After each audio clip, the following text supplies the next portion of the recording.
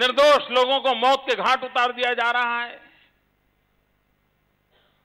भले भोले निर्दोष नौजवान हाथ में बंदूक उठाने का शौक जग रहा है।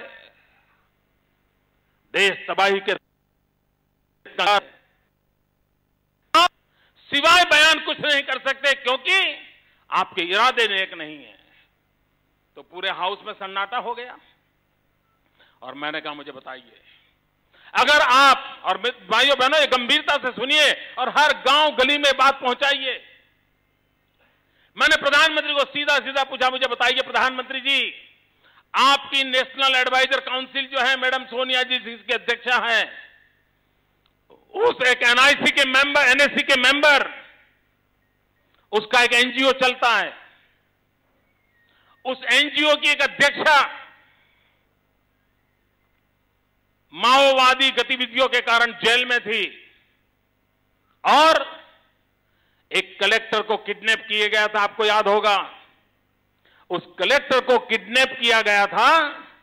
उसके बदले में जिन लोगों को छोड़ने की मांग की गई थी, उसमें ये आपके प्रधानमंत्री के साथ जुड़ी हुई मैडम सोनिया जी के एनएसी के मेंबर के एनजीओ की अध्यक्षा थी।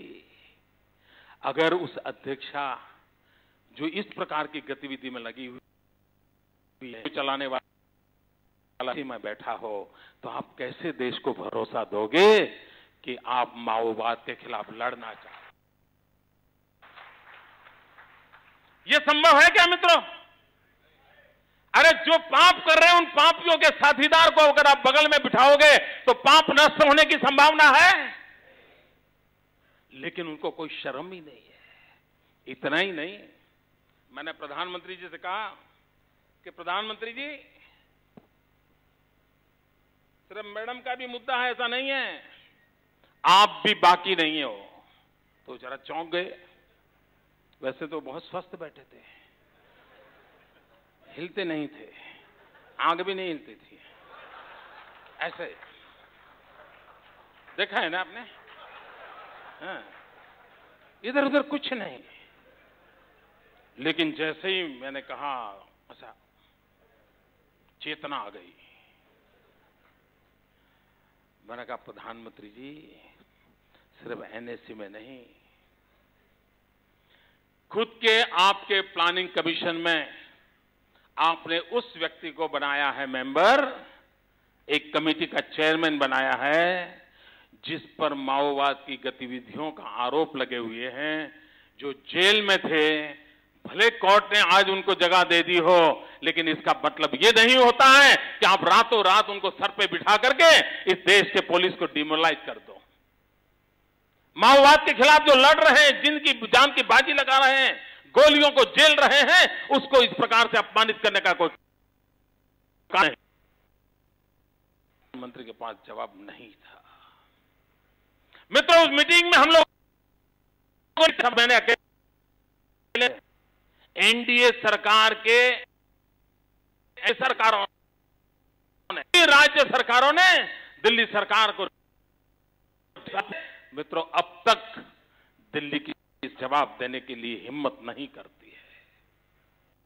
आप जान सकते हो, अगर राष्ट्रीय सुरक्षा पर ऐसा अगर धुलमुल रवैया रहा उनका, निर्दोष लोग मारे जाए और उनको वेदना तक न हो, बयान देने से अधिक कोई काम न हो, तो मित्रों देश कैसे चलेगा? और क्या सही नहीं है कि जब होम सेक्रेटरी मिस्टर पिल्लाई थे, तब एक हिम्मत के साथ वो आगे बढ़ रहे थे, माओवाद के खिलाफ लड़ने की रणनीति बना रहे थे। जरा देश की जनता को बताया जाए वो कौन लोग थे जिन्होंने न होम सेक्रेटरी को काम करने से रोका था। वो किसका निर्णय था जिसने होम सेक्रेटरी को हर काम पर रुकावटें पैदा की थी? किसने किया था ये? एक भी व्यक्ति यूपीए का पार्टनर स्टेट का नहीं था। ये सारा पाप करने वाले लोग उन्हीं की पार्टी के सारे लोग थे मित्रों। और वही माओवादियों ने सार्वजनिक जीवन में काम करने वाले व्यक्तियों को मौत के घाट उतार दिया।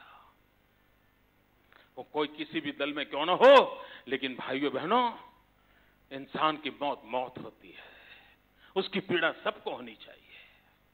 लेकिन दुर्भाग्य है दिल्ली की सरकार को इसकी पीड़ा नहीं है, और तब जाकर के निर्दोष लोग मारे जा रहे हैं।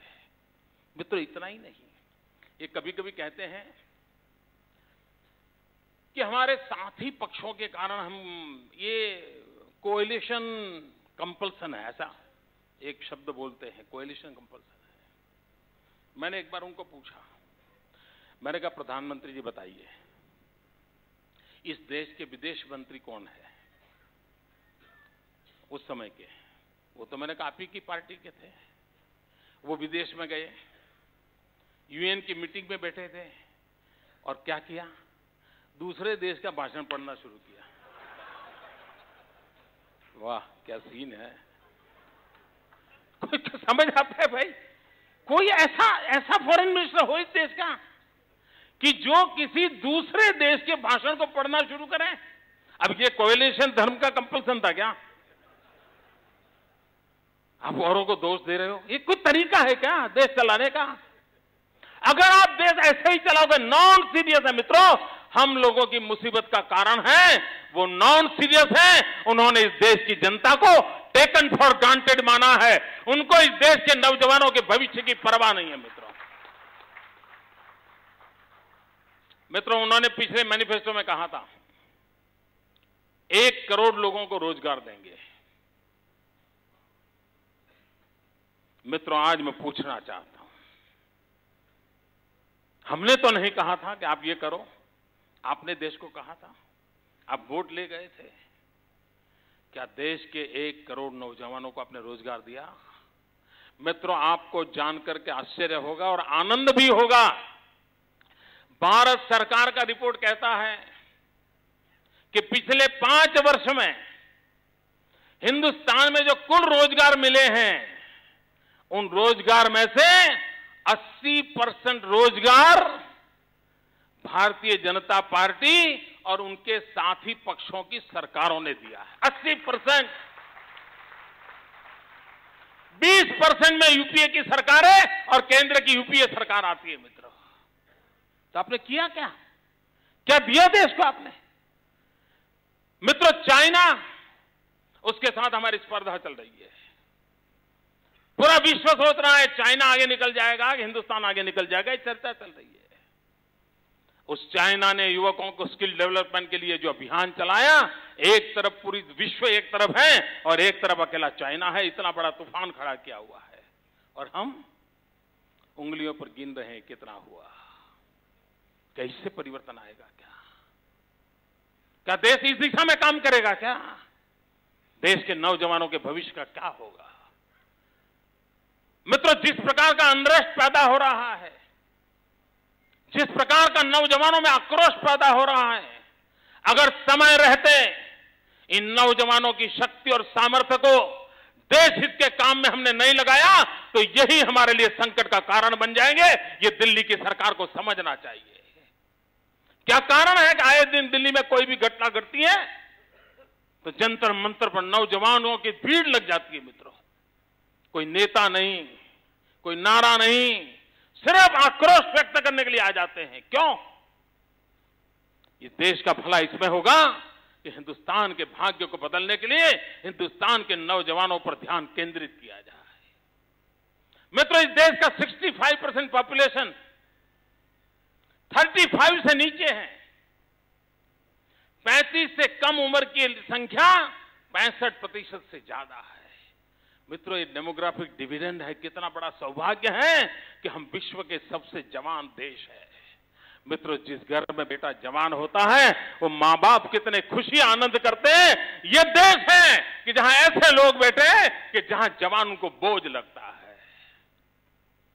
मित्रों, जवान अगर जो बोझ लगता है तो भारत का भाग्य कौन बदलेगा? और इसलिए भाइयों बहनों,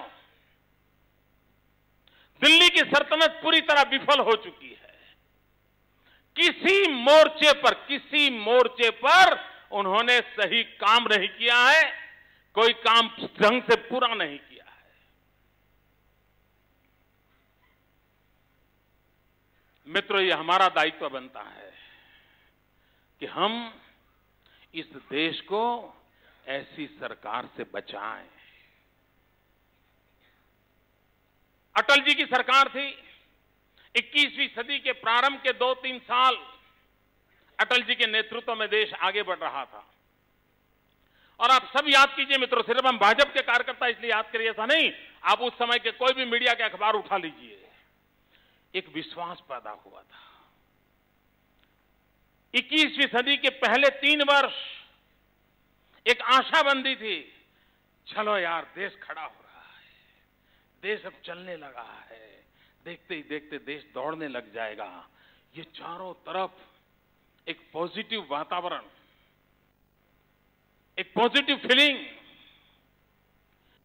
अब नजर आ रहा था। मित्रों, अचानक 2004 में इन लोगों के आने के बाद जो नैया ऐसी गहरी डूबती चली गई। अब तो देखना पड़ता है कि 21वीं सदी कहां है और हम कहां है। ये हालत देश की बन। मित्रों, भारत को असहाय नहीं छोड़ा जा सकता है। देश के नौजवानों के भविष्य को असुरक्षित नहीं किया जा सकता है। देश की माताएं बहनें, उनके भी सपने होते हैं। आज से 25 साल पहले बहनों की सोच और आज की सोच में बहुत बड़ा अंतर है। वो दुनिया को देखने समझने लगी है, उसके भीतर भी एस्पिरेशंस पैदा हुए हैं।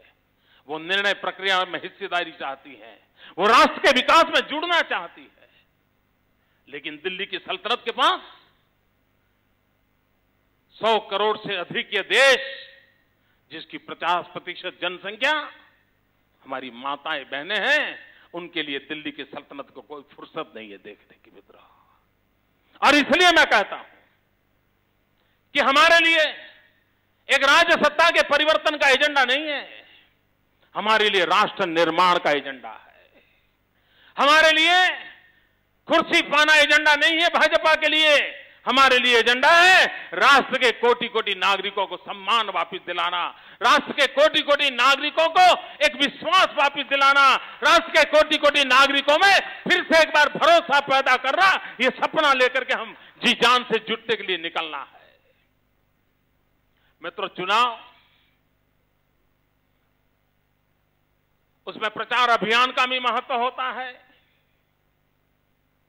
व्यवस्था तंत्र का भी महत्व होता है और रणनीति का भी महत्व होता है। और तीनों एक ढंग से जब चलते हैं तब परिणाम मिलता है। कांग्रेस ने इतने पाप किए हैं कि जनता को कांग्रेस को हटाओ ये समझाने के लिए बहुत मेहनत पड़ी, ऐसा नहीं है। अभी हमारे यहां 6 उपचुनाव हुए, 4 विधानसभा के और 2 लोकसभा के, और 6 की 6 सीटें कांग्रेस की थी और जमाने से कांग्रेस का कब्जा था। जनता इतनी नाराज है इन लोगों पर, सब साफ कर दिया था, सब साफ कर दिया। और मार्जिन भी इतना दिया है कि मित्रों, कांग्रेस के लोग समझ नहीं पाएंगे कि जनता का मिजाज क्या है।